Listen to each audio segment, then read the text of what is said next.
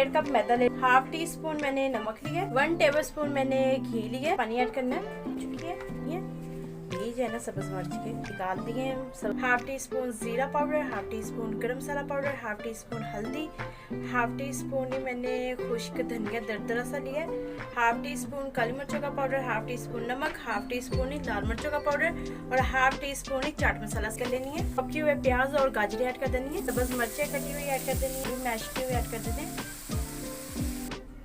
तो ऐसे हमने सब्ज मिर्च ले लिए। तो जो ये हमने आलूओं की फिलिंग रेडी की है, सभी सब्ज मिर्चें जो हम करेंगे इसके ऊपर, तो इसे हमने देना, इसके ऊपर सा पानी लगा लेना। तो इस पे हमने पानी लगा लेना, थोड़ा के इस साइड पे फोल्ड कर देना है, हमने ऐसे इसको फोल्ड कर देना है। जैसे ये बनके रेडी हो चुका है, हम इनको फ्राई कर लेंगे। इनको हम बाहर